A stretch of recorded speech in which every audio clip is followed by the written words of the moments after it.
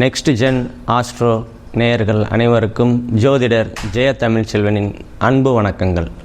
நம்ம இப்போ என்ன பார்க்க போகிறோம்னா, ஆங்கில மாதம் ஜூன் மாதத்துக்கு உண்டான பலன்களை நம்ம இப்போ பார்க்க போகிறோம். இதில் இந்த மாதத்தில் என்ன நடக்க போகுதுன்னா, புதன் பகவான் புத்திக்காரகன், அறிவுக்காரகன், அவர் மே 31 அன்றைக்கி மேச ராசியிலிருந்து ரிஷப ராசிக்கு பேசி ஆகிறார். அவர் அங்கே ஜூன் 14 வரைக்கும் ரிஷபத்தில் இருப்பார். இது ஒரு சிறப்பு.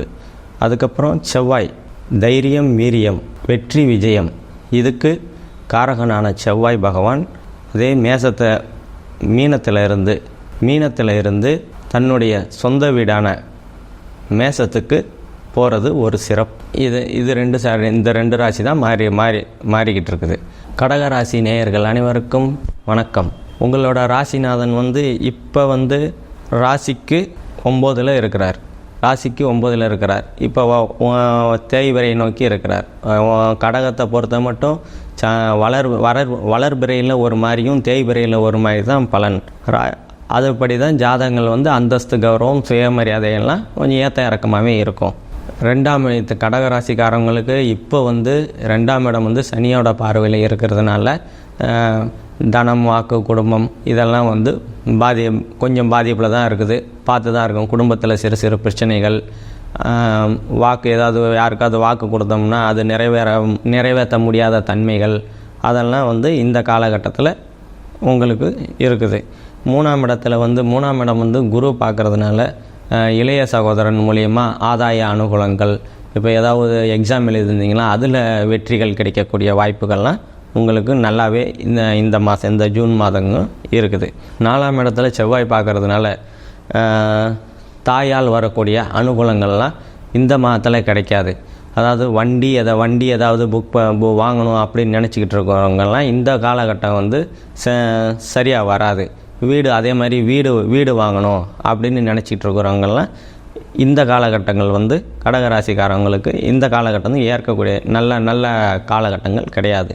அதே மாதிரி 5ஆம் இடத்தை 3 சுபகரங்கள் பார்க்குறதுனால குழந்தைங்க நீங்கள் என்ன நினைக்கிறீங்களோ அதை குழந்தைகள் செய்வாங்க. குழந்தைகள் என்ன நினைக்கிறாங்களோ அதை நீங்கள் நிறைவேற்றக்கூடிய தன்மைகள்லாம் இந்த காலகட்டத்தில் நல்லாவே இருக்கும். வேலை இப்போ சுமாராக தான் போய்கிட்டு இருக்கும். சண்டை சச்சரவுகள்லாம் சிறு சண்டை சச்சரவுகளோடு போகும். கொஞ்சம் வேலை போர் அடிக்கிற மாதிரி இருக்கும். ஆனால் வேலையை இந்த காலகட்டத்தில் விட்றாதீங்க.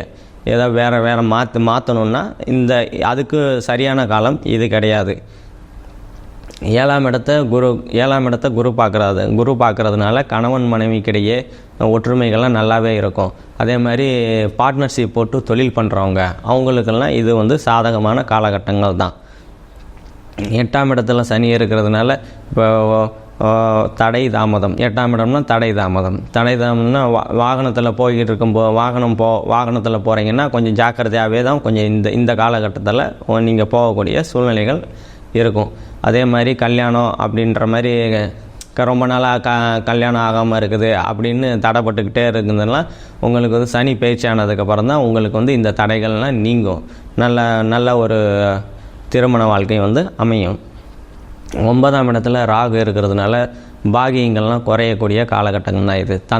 தந்தையினால் ஏதாவது அனுகூலம் வரும் அப்படின்னு நினச்சிக்கிட்டு இருக்கிறவங்க, தந்தையின் சொத்து ரொம்ப நாளாக நமக்கு கிடைக்கணும் இந்த காலகட்டங்கள் சரியான காலகட்டங்கள் கிடைக்காது. தந்தையினால் எந்த ஒரு அனுகூலங்களும் இந்த காலகட்டத்தில் உங்களுக்கு கிடைக்காத சூழ்நிலையாக தான் இருக்குது.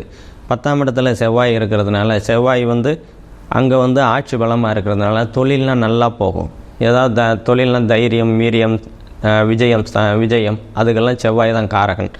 அதனால தொழில் உங்களுக்கு நல்லாவே அமோகமாக இருக்கும். இன்னும் செவ்வாய் 40 நாள் இந்த ராசியில் இருப்பார். இந்த 40 நாள் தொழில்லாம் நல்லா பட்டைய கிளப்புற காலகட்டங்கள் தான் உங்களுக்கு. 11ஆம் இடத்துல அது தொழில் நல்லா போய்கிட்டு இருக்குது. அதனால தான் 3 சுபகரங்கள் லாபஸ்தானத்தில் 3 சுபகரங்கள் இருக்குது. தொழில் பண்ணுறவங்களுக்கெல்லாம் லாபம் அமோகமாக நல்லா அள்ளித்தரக்கூடிய காலகட்டங்கள் இது. 12ஆம் இடம் எந்த சுபத்தொடர்பு பாவத்தொடர்புமே இல்லை. அதனால் நீங்கள் 12ஆம் இடம் ஏதாவது வெளிநாட்டு பயணங்கள், அந்த மாதிரி போயிட்டு வரலாம். சுற்றுலா மாதிரி போயிட்டு வர்றதுக்கு நல்ல காலகட்டங்கள் தான் இது. அதே மாதிரி ஏதாவது மோட்ச ஸ்தலங்கள், இந்த மாதிரி ஆன்மீக சுற்றுலா, அந்த மாதிரிலாம் பெரியவங்க போயிட்டு வரக்கூடிய காலகட்டங்கள் தான் இது. நான் சொன்னது எல்லாமே பொது பலன் தான் சொல்லியிருக்கேன். துல்லியமான பலன் உங்களுக்கு வேணும்னா கீழே என் நம்பர் இருக்கும். அதை நீங்கள் காண்டாக்ட் பண்ணிங்கன்னா உங்களுக்கு துல்லியமான பலன்கள் ஜனன ஜாதகத்தையும் இப்போ கோச்சார ரீதியாகவும் இணைச்சி உங்களுக்கு துல்லியமான பலன்கள் சொல்லிடுறோம். நன்றி, வணக்கம்.